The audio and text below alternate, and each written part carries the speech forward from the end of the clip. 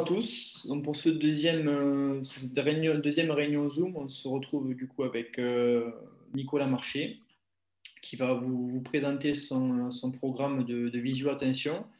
Voilà, donc on a la chance de l'avoir avec nous aujourd'hui. Il va pouvoir vous apporter son expertise et ses mots si spécifiques pour comprendre un peu le fonctionnement et les intérêts de travailler avec du coup son programme qui s'appelle iMotion. Voilà, donc bienvenue Nicolas. Je te laisse prendre la suite et expliquer un peu tout ça. Merci Thomas. Bonjour à tous et à toutes, parce que j'ai vu qu'il y a pas mal de dames aussi qui sont là. Alors là, ce que j'ai fait, parce qu'on a fait ça il y a quelques, on a organisé ça en quelques étapes. Je suis parti d'un PowerPoint que j'ai utilisé il y a peu de temps, en rajoutant des diapositives pour être un petit peu aussi didactique, en fait, pour qu'il y ait des choses et un peu théoriques et un peu pratiques dans la présentation. Ce que je vous propose, moi, il y aura du temps de présentation, il y aura des images aussi. C'est que, alors Bertrand a coupé les micros, mais ça peut être aussi intéressant à un moment donné de poser des questions au moment de la diapositive, parce qu'il y a une quinzaine de diapos de mémoire, et que peut-être ça vaut le coup, pendant l'instant de la diapo, de poser la question si vous en avez, il n'y a pas de souci, je Bah, le ferai très volontiers. il faut, il faut lever la main et ça marche très bien. D'accord. Dans converser, vous cliquez et puis, Okay. et puis soit vous posez la question dans converser, soit vous levez la main et ça marche très bien. Et je te couperai et puis on reprendra l'affaire. Ok, ça me va très bien comme ça. Okay. Ça me va très bien. Alors, je me présente, en fait, je suis celui qui est en haut à gauche, Nicolas Marché. Je suis orthoptiste de formation.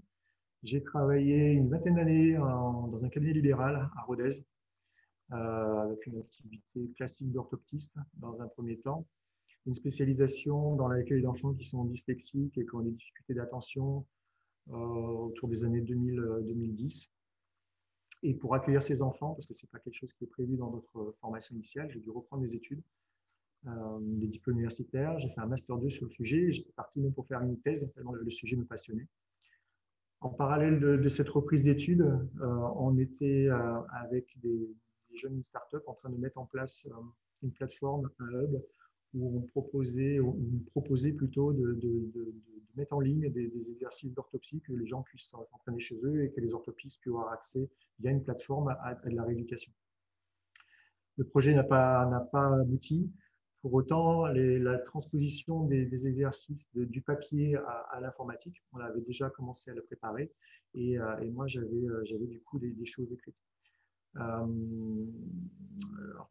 la vidéo n'est pas dans le PowerPoint, mais un jour, en regardant un match de rugby, j'ai eu un déclic et je me suis dit qu'au-delà de la normalisation entre guillemets dans la rééducation que l'on recherche, on pouvait aussi optimiser et que dans le sport, parce que là pour le coup c'était un match de rugby, il y avait un intérêt de proposer ce que je faisais en rééducation dans le cadre de l'optimisation. Ça c'était en 2015. Sur des fonds propres, j'ai fait développer ce que j'avais commencé à écrire par des ingénieurs des élèves d'ingénieurs de l'école de Castres. On a développé un premier programme qu'on a développé en parallèle avec les sportifs de Rodez.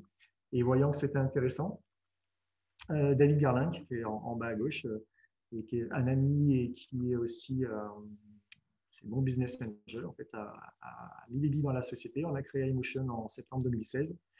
On a remis à plat le programme. On a travaillé pendant 2 ans supplémentaires pour pouvoir avoir un programme que je vais vous présenter qui a commencé à être commercialisé fin 2018, début 2019. Et j'ai vendu mon cabinet d'orthopsie en avril 2019. Donc, ça fait un peu plus d'un an et demi maintenant que je vous vois à plein temps pour le développement commercial et d'iMotion. Alors, c'est parti d'un constat. Un premier constat, c'est que l'être humain, au niveau du sport, en tout cas du sport du haut niveau, a atteint ses limites physiologiques. On sait que sur l'endurance, sur la vitesse, sur tout un tas de paradigmes, le corps est arrivé à peu près à ce qu'il pouvait donner de plus. Un exemple, par exemple, on sait que Jesse Owens, qui avait gagné le 100 mètres aux Jeux Olympiques à Munich, avait couru le 100 mètres en moins de 10 secondes alors qu'il était sur sur un terrain en terre cuite, en terre battue, pardon, avec des chaussures qui ne sont pas les chaussures actuelles. Et à l'heure actuelle, personne n'est descendu en dessous de 9 secondes ou 100 mètres. Donc il y a des limites et on semble les avoir atteintes.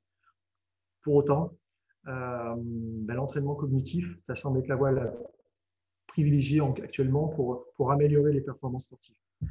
Alors, qu'est-ce qu'on entend par cognitif? C'est un mot un petit peu fourre-tout.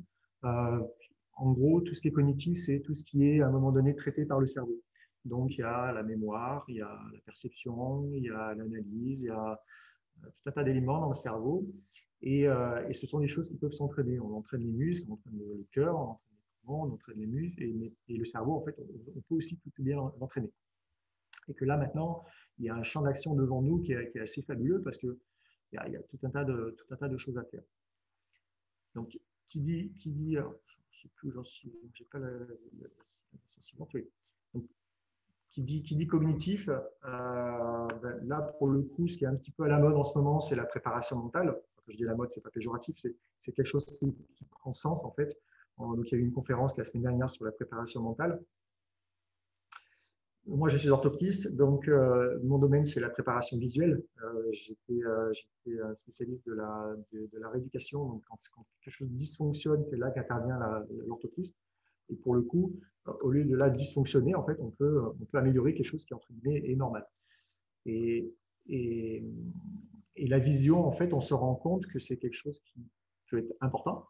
Voir mieux et plus vite, ça s'avère être un indice de performance. Donc là, petite information, les 3 jeunes là, qui sont en haut à gauche, ce qu'il faut savoir, c'est que le centre de formation de Barcelone, qui s'appelle la Masia, ont des indicateurs spécifiques sur tout un tas de performances. Et ils ont aussi notamment des indicateurs sur la vision, sur la prise d'information visuelle. Et les 3 meilleurs de l'histoire de la Masia au niveau des performances visuelles, c'est Messi, Xavi et Iniesta. Et ce n'est pas un hasard, en 2010, ils ont tous les 3 été sur le podium du Ballon d'Or. Donc, quand on s'intéresse un petit peu au sport, on va se rendre compte que le haut niveau, enfin le très haut niveau, souvent un des paramètres qui va faire basculer du haut niveau au très haut niveau, c'est le paramètre de la performance visuelle. Donc, ce n'est pas anodin. Pour autant, voir plus et plus vite, ça peut être intéressant dans d'autres secteurs d'activité. Quand vous êtes devant iMotion, vous vous en rendez compte que ça peut être intéressant quand vous conduisez, par exemple, dans la conduite, ça a un impact. Et on sait maintenant, c'est une évidence que depuis des années, on essaye de vieillir, de vivre le plus longtemps, et maintenant, on essaye de vivre le plus longtemps en bonne santé. On essaye de mourir en bonne santé. Ça peut paraître ridicule, mais c'est un petit peu ça qu'on cherche. Et du coup, l'idée, c'est que dans ce qu'on appelle le déclin cognitif, à partir d'un certain âge, on baisse au niveau du cerveau, et on peut l'entraîner. On a des process pour entraîner, et ça peut être intéressant. Enfin, à mon avis, c'est sûr que ce sera intéressant de travailler sur ces notions de ce qu'on appelle le déclin cognitif, de la mémorisation, de la prise d'information qui peut être améliorée dans certains cas de handicap visuel, et également dans la prévention de la chute. Donc on va l'évoquer un petit peu tout à l'heure. La notion de sport santé est très importante, et iMotion, le travail sur iMotion a son intérêt là-dedans. Vous avez eu aussi la présentation la semaine dernière de Julien, les liens qu'il peut y avoir avec la préparation mentale et tout ce qui est armé. Et bien évidemment, au niveau défense, là je prends l'aspect de la défense militaire, il faut voir l'ennemi avant qu'il ne nous voie. Mais pour les forces de l'ordre, par exemple, c'est tout aussi intéressant de voir les choses plus vite. Donc tout ça pour dire qu'en fait, au-delà du sport de haut niveau, qui était mon premier secteur d'activité, il y a bien évidemment d'autres opportunités à travailler sur iMotion, et je vais vous les présenter un petit peu après. Première introduction un petit peu au programme iMotion. Vous avez dû voir déjà des photos, comment il est passé chez Ressources. Voilà, vous avez en haut à gauche l'environnement qui est estampillé haut niveau. C'est un environnement où on travaille à 180 degrés du champ de vision. Donc, on a 3 écrans incurvés qui vont reproduire ce champ de vision, et on va pouvoir optimiser les performances visuelles sur l'ensemble des 180 degrés de la vision. J'ai eu quelques sollicitations pour pouvoir développer iMotion sur des modules qui sont des versions nomades, en fait, notamment pour le travail avec les militaires, justement, ou avec des sportifs qui sont en déplacement et qui souhaitent travailler sur iMotion sans avoir à travailler sur les 180 degrés.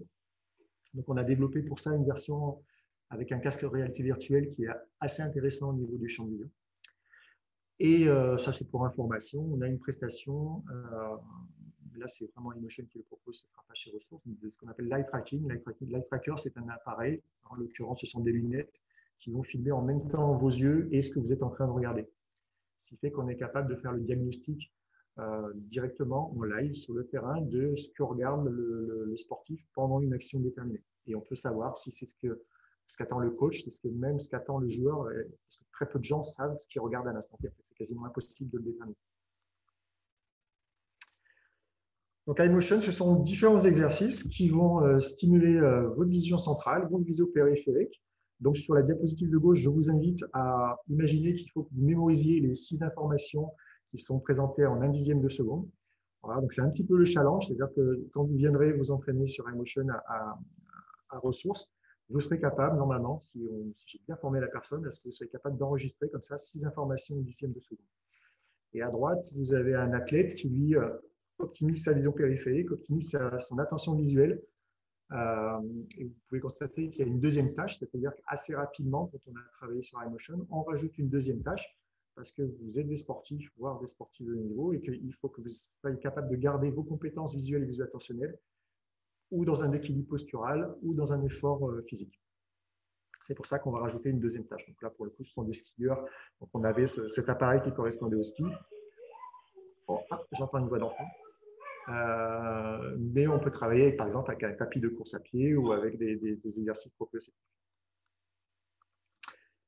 Je vais vous présenter 3 petites vidéos qui expliquent pourquoi la vision périphérique, c'est important dans le sport, pourquoi enregistrer plus d'informations plus vite, c'est important dans le sport, et une 3e vidéo qui reprend la notion d'attention visuelle. Qu'est-ce que c'est l'attention visuelle? Donc, je vous laisse regarder la petite vidéo.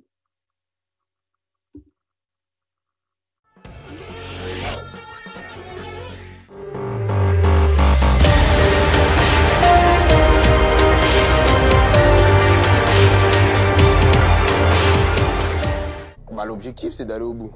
L'objectif, c'est d'aller au bout, mais il y a du chemin quand même. Je vois qu'il recule à chaque fois, il recule, il recule. Et le terrain, il avance, quoi. Et on arrive dans la surface. Et il me reste plus grand-chose, donc je dis que je vais pousser le ballon pour aller centrer. Parce qu'il y avait Olivier, le temps qu'il arrive. Et je passe devant. Et après, il me touche un peu. Je dis, il n'en fallait pas plus. Je suis tombé et penalty.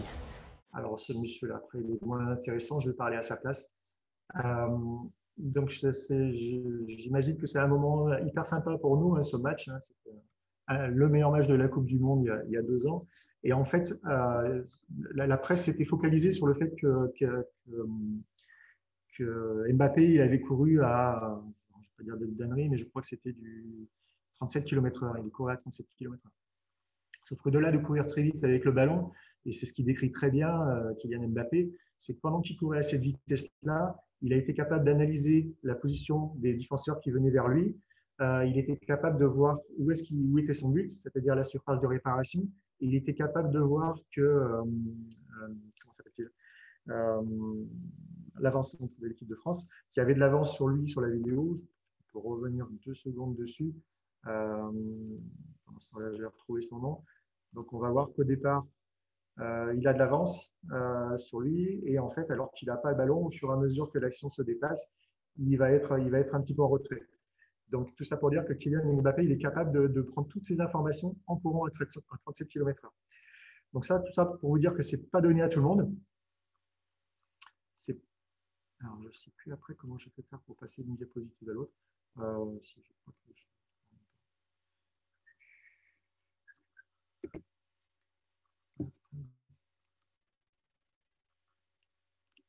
Désolé pour le petit bug. J'en reviens à la dernière vidéo. Ouais. Donc, tout ça pour dire en fait que ce n'est pas donné à tout le monde. Il y a des gens comme ça qui sont extraordinaires au sens propre du terme, c'est-à-dire qu'ils sont capables de prendre plusieurs informations en même temps, tout en courant, en ayant une vitesse qui est pareil, extraordinaire. Donc, l'idée d'iMotion, c'est d'amener ces compétences à l'ensemble des jeunes d'un centre de formation, à l'ensemble des personnes qui vont se présenter devant iMotion, c'est être capable de travailler en vision périphérique sur un effort physique. Voilà. Alors, je ne vous promets pas tous des Mbappé à partir de la semaine prochaine, mais pour autant, on va quand même amener des compétences qui sont au-delà de n'importe quel être humain grâce à notre process. Deuxième petite vidéo.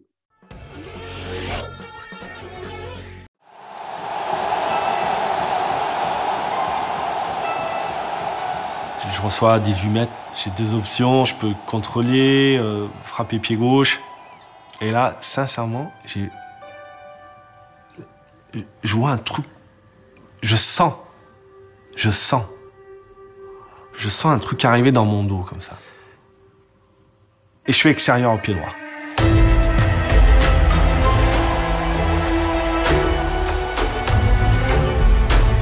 Du coup, je vois un mec black. C'est qui notre attaquant noir devant? Le black, c'est qui? Un coup, je vois là. Thuram.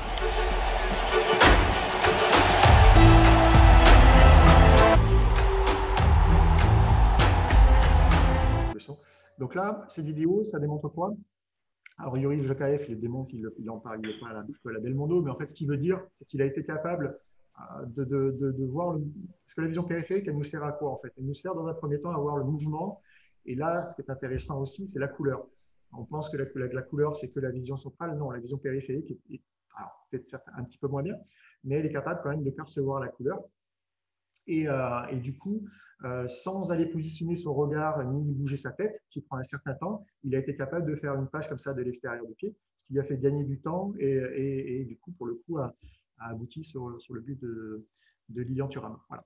Donc là, c'est une démonstration sur le football, mais je pourrais vous montrer 10 vidéos sur le basket, sur le handball, sur le rugby, encore plus le rugby, où la vision périphérique est primordiale parce que le rugby, on est censé faire des passes en arrière, donc plus loin que 180 degrés. Et l'idée, c'est que plus la vision est optimisée en vision périphérique, plus il y a un intérêt. Pardon. Troisième petite vidéo didactique aussi pour expliquer l'intérêt d'iMotion. Donc là, on a vu, on va optimiser le cerveau en donnant à votre cerveau la capacité d'enregistrer plus d'informations plus vite. Sur cette deuxième vidéo, on a vu que optimiser la vision périphérique, c'est intéressant. Et là, je vais vous montrer une petite vidéo qui est intéressante sur l'aspect attentionnel. Donc là, peut-être que certains connaissent cette vidéo. Il y aura deux temps. Donc le premier temps, c'est vous avez deux équipes de basket, une de blanc et une de noir. Et la première tâche, dans un premier temps, parce qu'on est tous devant notre écran, donc je ne vais pas vous donner une deuxième tâche tout de suite. La première tâche, ça va être tout simplement de compter combien se font de passes les joueurs blancs. OK pour tout le monde? Mike.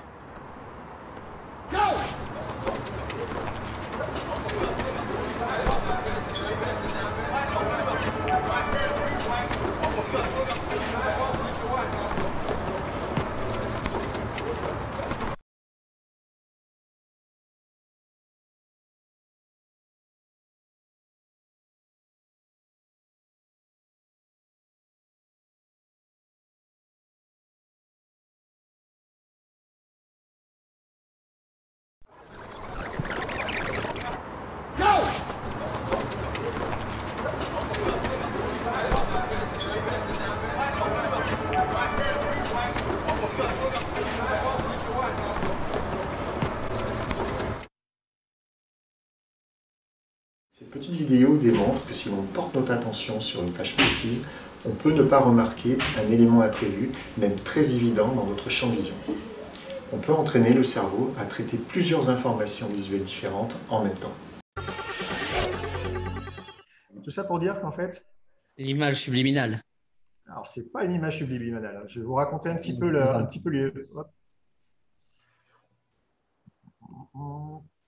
Il va se taire.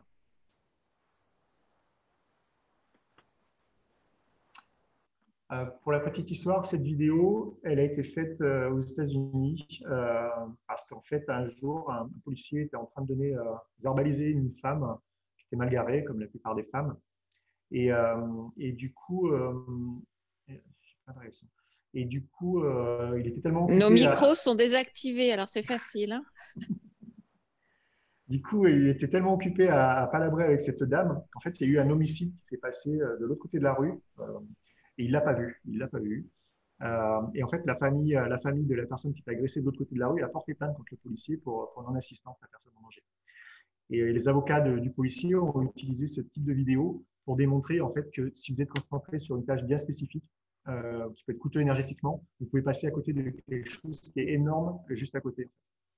C'est pour ça que dans ma consigne, je fais exprès, j'ai utilisé des mots qui vous ont fait porter votre attention sur les blancs en disant que ça allait se compliquer. Donc, que là, j'ai fait exprès en fait de verbaliser pour que toute votre attention soit portée sur les blancs et du coup, tout ce qui était noir, parce que l'autre équipe était noire et le gorille était noir, c'est passé à l'as. Donc, tout ça pour dire que l'attention visuelle, c'est quelque chose qui va être dépendant de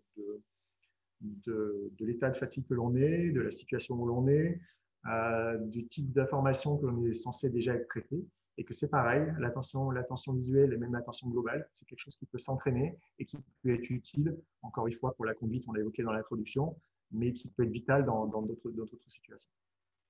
Et donc, c'est quelque chose qu'on va travailler sur iMotion également.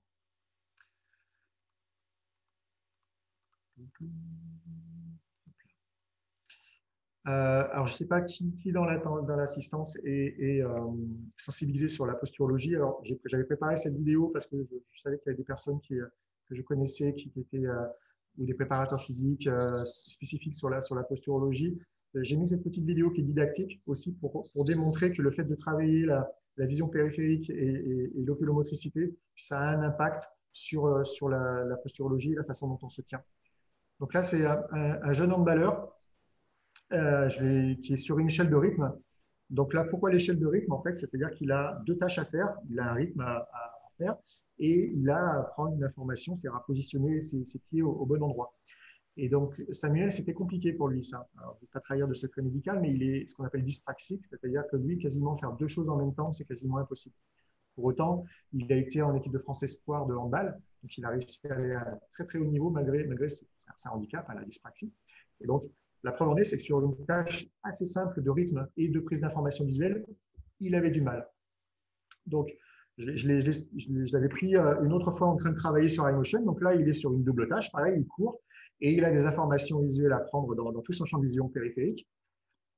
Et une fois qu'il a travaillé sur iMotion, une demi-heure après, c'est réalisé sans triage. Donc, on voit la modification de la posture. Là, on voit, alors, si je reviens sur la précédente vidéo où on va voir qu'au niveau de sa posture, il est sur quelque chose où il va prendre l'information, vous voyez, là, il baisse le nez, donc il va prendre l'information en bas en baissant le regard. Du coup, là, le corps va en avant et on est sur un risque de blessure chez un sportif de haut niveau. Là, il prend l'information sans baisser la tête. Il peut baisser les yeux, mais même à la fin, il arrivait à baisser sans les yeux. Et du coup, on a un impact sur sa posture. On a un garçon qui se tient très droit avec un risque de blessure qui est amoindri. Donc, les résultats, ça fait maintenant, je vous dis, depuis avril qu'on travaille avec des sportifs de haut niveau. On a eu l'opportunité et la chance de travailler avec l'Olympique de Lyonnais. Je ne parle pas l'imparfait, on continue de travailler avec eux. Le centre de formation de l'Olympique Lyonnais a intégré iMotion. Des sportifs de haut niveau de sport co et de sport individuel ont travaillé sur iMotion avec Cécilia Hernandez, qu'on ne présente pas en Occitanie, et Julien Dumora, qui est l'arrière du Castre Olympique. Et donc, en 18 mois, on travaille maintenant avec 6 clubs professionnels. 3 fédérations nous font confiance. Alors, je ne vais pas trahir un secret, mais la Fédération française de pelote basque collabore avec nous et justement dans le centre ressources, on va utiliser iMotion. Et des structures privées. Alors, dans le temps du diaporama, il y avait 3 structures privées et je vais vous montrer après, il y en a eu des nouvelles depuis. Donc, iMotion, c'est plusieurs marchés possibles. C'est le sport, on l'a évoqué, c'est la santé. Pourquoi la santé? C'est dans le cadre de maladies oculaires, comme par exemple la dégénérescence maculaire à l'âge, qui est une maladie qui atteint le centre de l'œil. Et l'idée, c'est qu'en optimisant la vision périphérique, on va pouvoir tenter de limiter le handicap. C'est un travail spécifique sur les enfants qui sont dyslexiques. Je vous l'ai dit dans l'introduction, j'étais spécialisé dans l'accueil des enfants dyslexiques. Les exercices sont tirés de choses que je faisais avec eux. Et l'idée, c'est qu'on a transposé ça dans le sport en lui donnant un aspect un petit peu gaming aussi.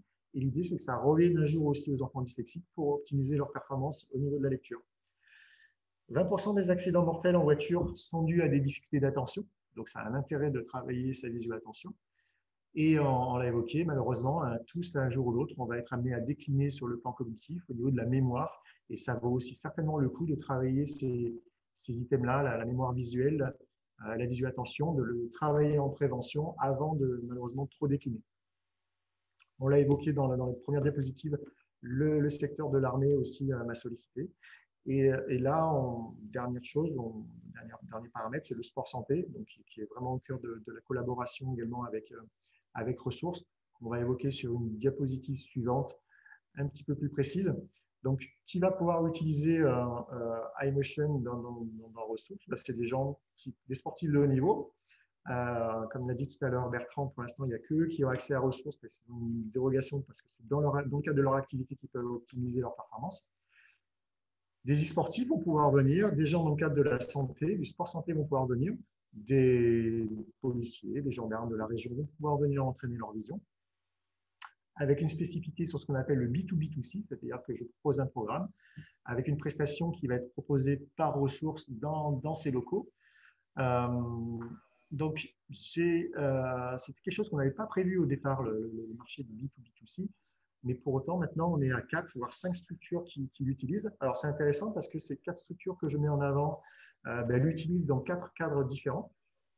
Alors, priorité aux précurseurs. Le premier, c'est Optime Concept. C'est un cabinet d'ostéopathie qui est sur Muret, qui intègre iMotion dans le cadre de la prise en charge de sportifs de haut niveau et de patients dans le cadre de leur reprogrammation posturale. C'est un spécialiste de la reprogrammation posturale. Et donc, dans le cadre de douleurs chroniques, de migraineux ou d'entorses, par exemple, chez les sportifs de niveau, ça vaut le coup de voir un ostéopathe, de reprendre un petit peu l'ensemble du corps. Et l'intérêt, c'était qu'en y associant un travail visuo-attentionnel, on voulait compléter cette prestation de reprogrammation posturale. Le MUC, le Montpellier University Club, c'est un club omnisport de Montpellier qui utilise iMotion d'une part pour ses structures sportives, donc c'est le volleyball qui est en Ligue 1 en masculin, et c'est surtout un projet de faire monter les féminines en handball de la 3e division à la Ligue 1, mais c'est aussi un projet de proposer iMotion dans le cadre du sport santé. Donc j'ai formé quelqu'un dans ce cadre-là. iMotion va être utilisé pour des gens qui vont venir dans la structure du MUC travailler sur iMotion. Donc ça va être des personnes seniors, ça va être tout à chacun qui veut travailler sur iMotion a la possibilité sur Montpellier de s'entraîner. Ortho-Atlantique, c'est un cabinet d'orthopsie qui, depuis la fin de l'été, utilise également iMotion pour plusieurs personnes. En fait, ils travaillent avec un grand club de football dans la région. Et utilise aussi également iMotion dans le cadre de ce que je disais tout à l'heure, la rééducation de gens malvoyants et dans le cadre aussi de troubles des apprentissages. Et dernière en date, Ressources, de notre ami Bertrand Avignon qui nous a invités. Alors, Ressources, ça va être le cadre. Alors, je pense que Bertrand et Thomas en parleront mieux que moi, mais j'aimais bien faire une petite diapositive dessus. Donc, c'est pas moi qui serai prestataire hein, chez Ressources. Je pourrais l'être s'il y a nécessité sur des choses bien spécifiques. Mais l'idée, c'est que et les sportifs de haut niveau et les personnes qui veulent s'entraîner aient accès au même programme et aux mêmes compétences. Pour ça, comment ça s'est passé et comment ça se passe encore? Il y a une formation, c'est-à-dire que j'ai formé des salariés de Ressources et de la Fédération française de pelote basque. Donc, ils sont formés à l'utilisation d'iMotion, une formation théorique et une formation pratique, ce qui fait qu'ils sont tout autant compétents que moi pour l'utilisation du programme et pour pouvoir proposer donc, une évaluation qui est standardisée, c'est-à-dire que vous allez passer une évaluation qui sera la même qu'au centre de formation de l'Olympique Lyonnais, qui sera la même que les joueuses du Montpellier University Club. Vous allez passer l'évaluation dans les mêmes conditions et après, on va vous proposer une prise en charge. Alors, ce n'est pas de la rééducation, c'est de l'optimisation. Cette optimisation, elle sera ciblée, elle sera personnalisée en fonction de votre sexe, de votre âge, de votre sport, de votre niveau. On va pouvoir proposer une optimisation, encore une fois, pour les sportifs ou non. On l'a vu dans les diapositives précédentes, ça a tout intérêt d'être travaillé, que ce soit dans si dans l'air du temps, on va à la salle de sport pour se maintenir en forme physiquement, mais il y a moyen aussi de se tenir en forme au niveau cognitif. Voilà. Donc, les tarifs, je pense qu'ils sont adaptés, mais vous avez la possibilité de venir vous entraîner Dès que le confinement sera terminé, à Castaneto-Lausanne, sur un programme qui, vous avez vu, est utilisé dans des belles structures de sport de niveau, vous avez ça comme outil très rapidement à votre disposition dans votre belle ville. Voilà, je vous remercie pour votre écoute et n'hésitez pas pour les questions, ce sera avec plaisir que j'y répondrai. La cravate, elle n'est pas un peu longue, là? Qu'est-ce qui est long? La cravate, j'espère que c'est pas moi qui l'ai dessiné. Hein. Non, c'est moi. C'est moi le formateur. Regardez le sourire, les yeux bleus, c'est moi. Ah, d'accord. Oui, Les salut. cheveux, je ne sais pas. Je n'avais pas fait.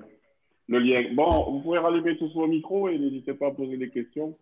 Ou par écrit, je transférerai. Si vous ne voulez pas parler, n'hésitez pas.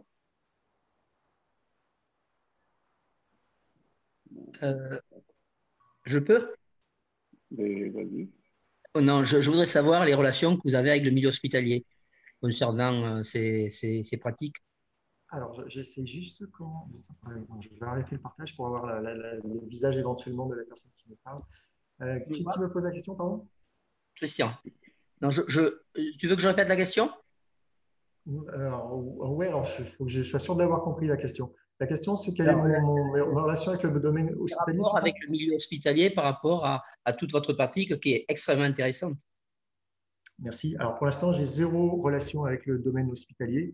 Les seules relations qu'il y a au niveau médical ou paramédical, c'est via des cabinets libéraux. En fait. Voilà. Il n'y a pas d'intégration pour l'instant dans le milieu hospitalier. Il y a une étude qu'on est en train qu'on devait mener, mais qui a été bloquée par le Covid, dans ce qu'on appelle un living lab, c'est-à-dire des maisons de retraite on va étudier l'impact d'abord clinique et ensuite, si c'est nécessaire, scientifique sur des personnes, comment on appelle ça, je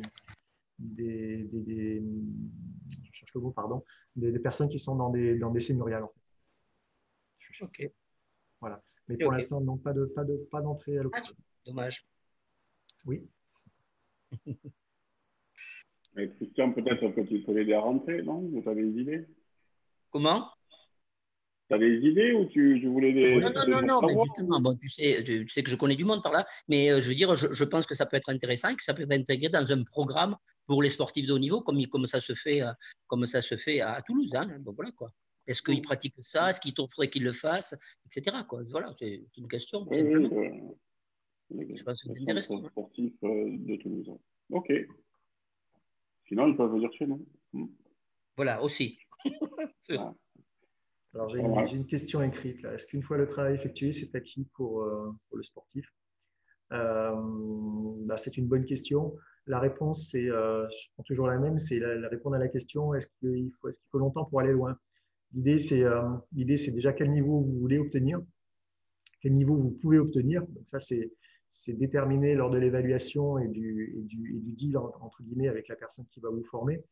Pour répondre en partie à votre question, parce qu'on commence à avoir quand même quelques datas, on va en fait amener votre cerveau à un niveau qui est au-dessus de n'importe quel être humain. C'est-à-dire que le niveau qu'on va vous amener, il n'y a personne qui a été capable de le faire sur une évaluation initiale. Ce niveau-là, vous allez être capable de le garder, je vois avec le recul maintenant, une bonne année, au moins une année. Et que s'il y a une baisse, il sera toujours temps, avec un rappel, une piqûre de rappel, de vous ramener à ce niveau-là. C'est à peu près ce qu'on a actuellement comme data. Donc, avec le petit, entre guillemets, bémol ou parenthèse, c'est qu'il y a des choses dans votre vie qui peuvent avoir un impact sur vos résultats.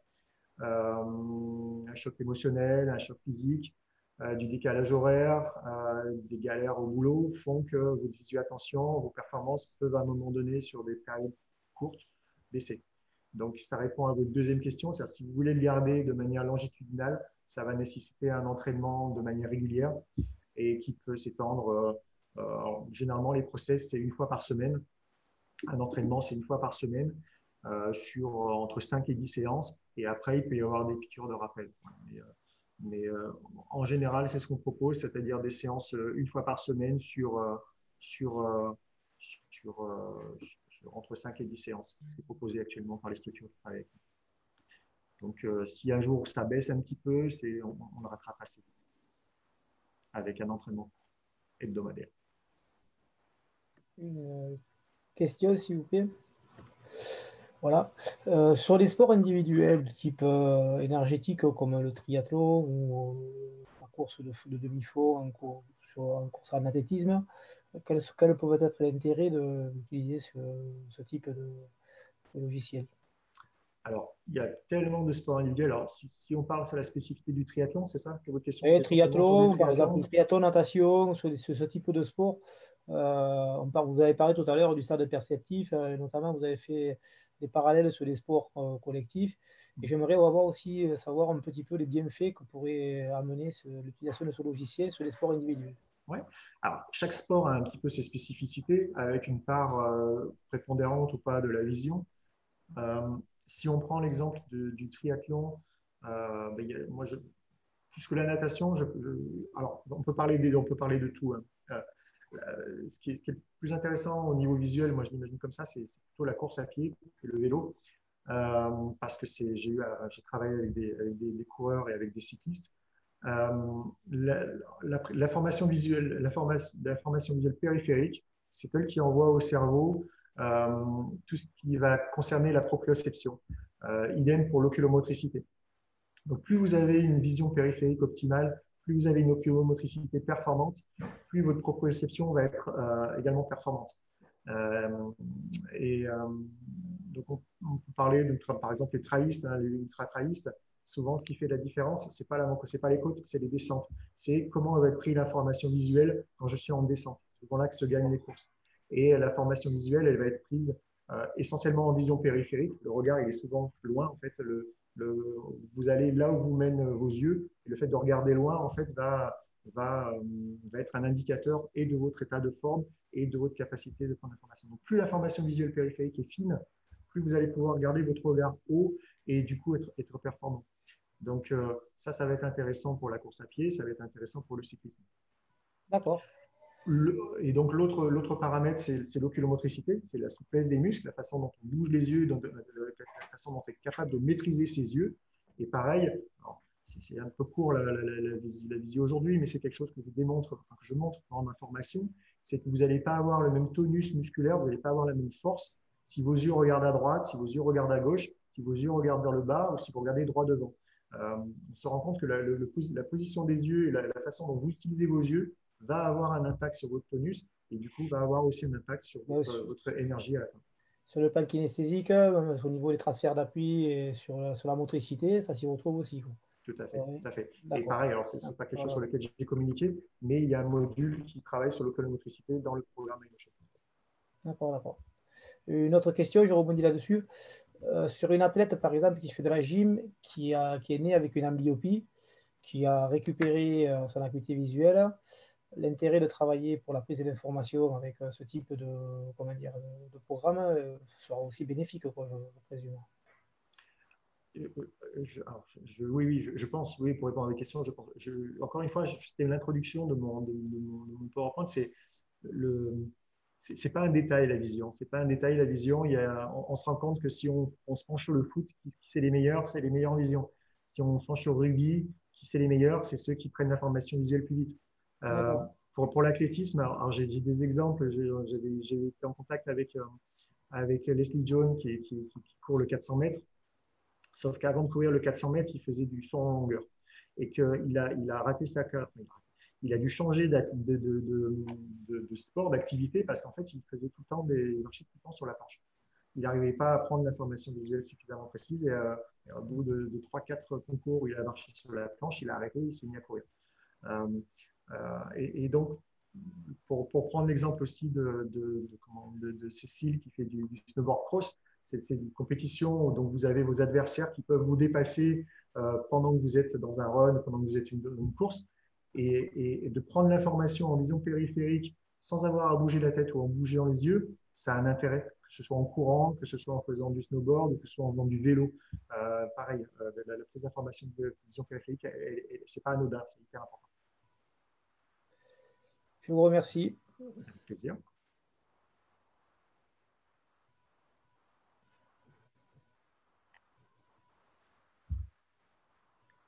Moi, je voyais une autre indication. Alors, ça, c'est pour le futur. J'ai eu un moniteur, je suis orthoptiste, j'ai eu un moniteur auto-école dans mes patients là, hier. Et en fait, suite à la vidéo que j'avais déjà vue présentant l'iMotion, là, ça m'a fait écho en me disant nos jeunes là, qui sont en train de passer leur permis sont sur leur smartphone, donc en vision centrale tout le temps, tout le temps. Et après, on va voir enfin, sur la route, là, j'ai mon gars qui passe sa conduite, qui a du mal à détecter en fait tout ce qui se passe en périphérie. Et je me disais, ça pouvait être aussi une application de comment redévelopper, redonner sa puissance à la vision périphérique. Et je pense que l'outil peut être pertinent aussi pour des jeunes qui arrivent pas à passer le permis parce que la vision périphérique n'est pas suffisamment fonctionnelle, quoi.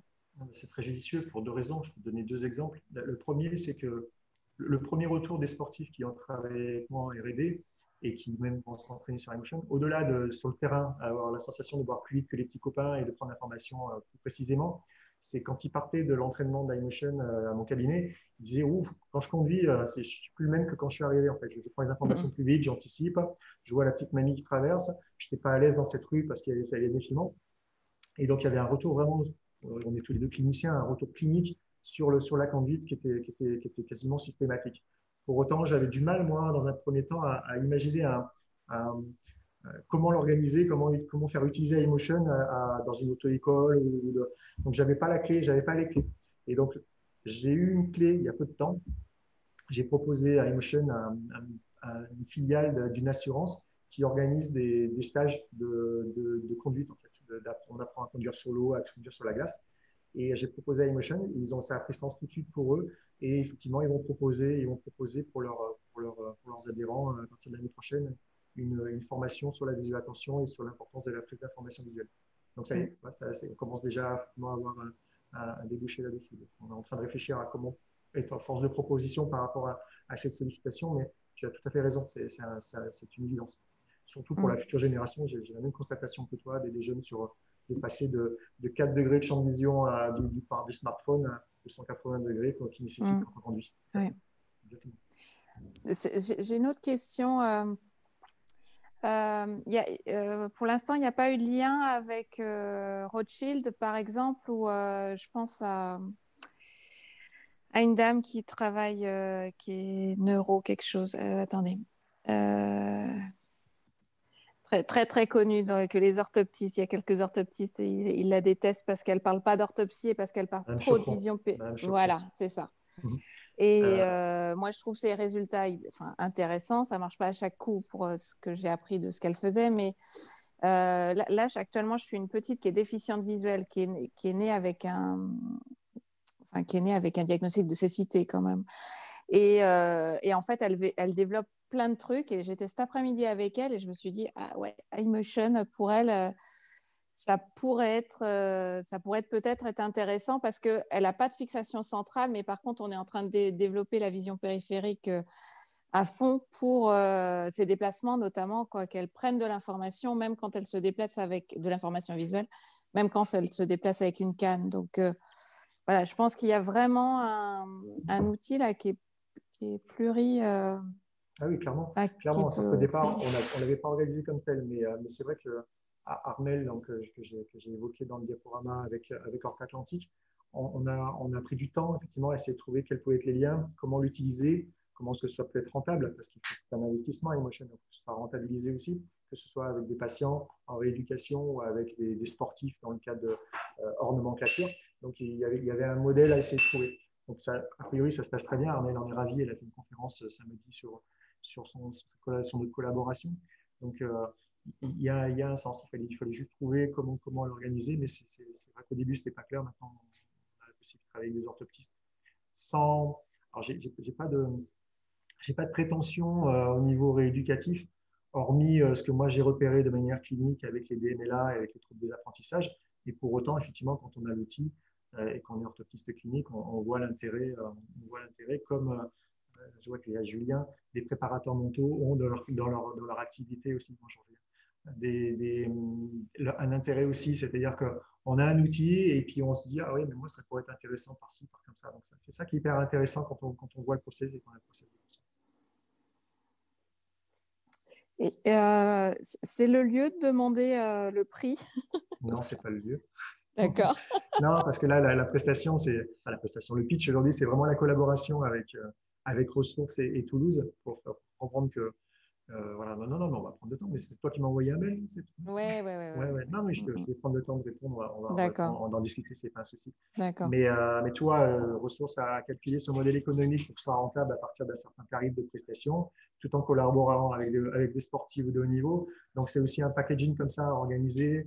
Et comme je vois qu'il y a de plus en plus de structures qui sont capables de faire ça, je suis énormément sollicité par des préparateurs physiques, des préparateurs mentaux, mais je n'avais rien concrètement à leur proposer comme modèle. Mais là, il y a des structures qui commencent à le proposer et du coup, on a de quoi parler.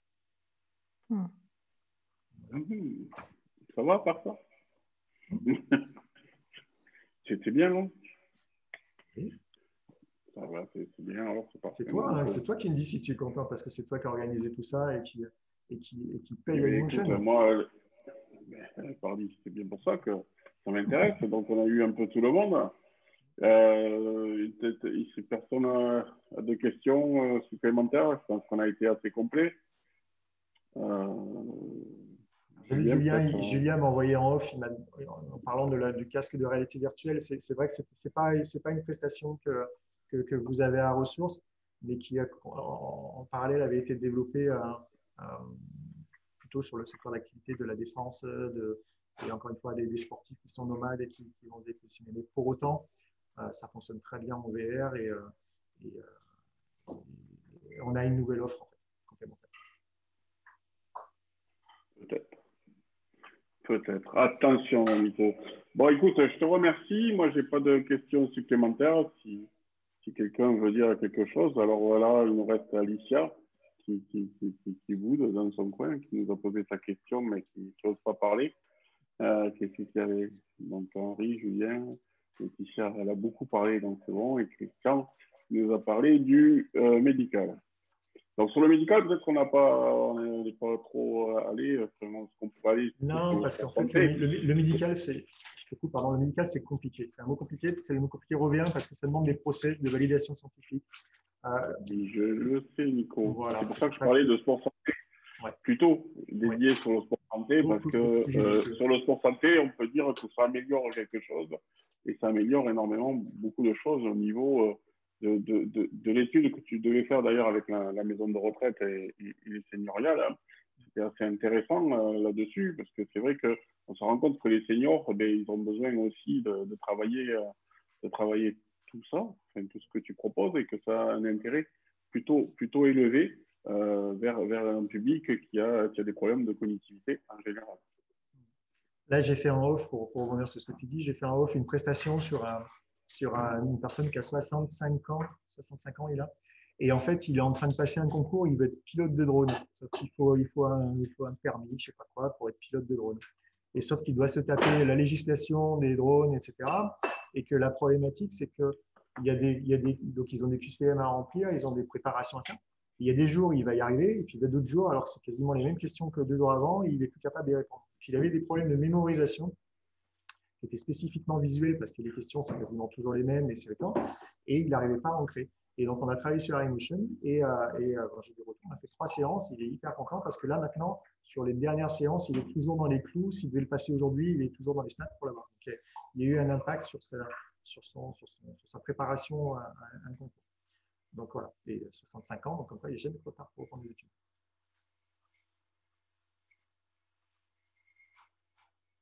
Tu as coupé ton micro. Oui, je sais. Bon, ok. Bon, écoutez, je pense qu'on a fait le tour un peu de tout. Thomas, quelque chose à rajouter? Pas de choses à rajouter. Mais en tout cas, je vais juste remercier Julien pour la qualité de son intervention, qui a été très, très, très complète, et j'espère que vous avez apporté les informations que vous souhaitez. Pas Julien, pardon, excusez-moi, Nicolas. Pardon. Nicolas, désolé Nicolas. Nicolas pour son professionnalisme aussi, s'adapter à la situation du coup, parce que ça ne devait pas être facile. Donc merci à lui. Merci à vous d'être venu et d'avoir assisté à cette visioconférence. Pour nous, on se retrouvera mardi prochain encore pour une nouvelle réunion Zoom qui sera plutôt axée sur la partie récupération. Donc, ce sera un Zoom avec Bertrand et moi-même sur les techniques de récupération que nous avons à disposition chez Ressources Recovery Lounge. Donc, voilà. Je ne sais pas si tu as quelque chose à rajouter un plus, Bertrand. Mais moi, j'espère que Alicia pourra... J'espère qu'Alicia pourra venir faire aussi discuter avec nous de ce qu'elle sait faire aussi, puisque bon, c'est vrai qu'il y a plein de gens avec plein de savoir-faire, et nous, chez Ressources, on aime mettre en avant les savoir-faire, les jeunes comme Nicolas et les moins jeunes comme Nicolas. Et mais ça fait plaisir. On a commencé, c'est vrai, avec Julien, ce que tu voulais dire, hein. Et là, on est avec Nicolas, et c'est vrai que de faire intervenir aussi tous les gens qui sont pleins de savoir et de le partager, c'est toujours agréable. Et puis, en ces moments, de toute façon, on n'a un peu que ça à faire, donc il faut en profiter et partager le savoir et prendre de l'information, c'est important. Voilà. Bon, des bisous à tous. Alors, bonne soirée. À la prochaine. On s'appelle. Mais bien sûr. Merci. Merci pour l'invitation. Ciao, merci. Au revoir. Merci beaucoup. Bonne soirée. À bientôt. Au revoir. Au revoir. Merci. Au revoir. Il est encore utile. J'aime entendre dire des choses comme ça. C'est cool. Allez, c'est parti. On a fini. On met fin à la réunion.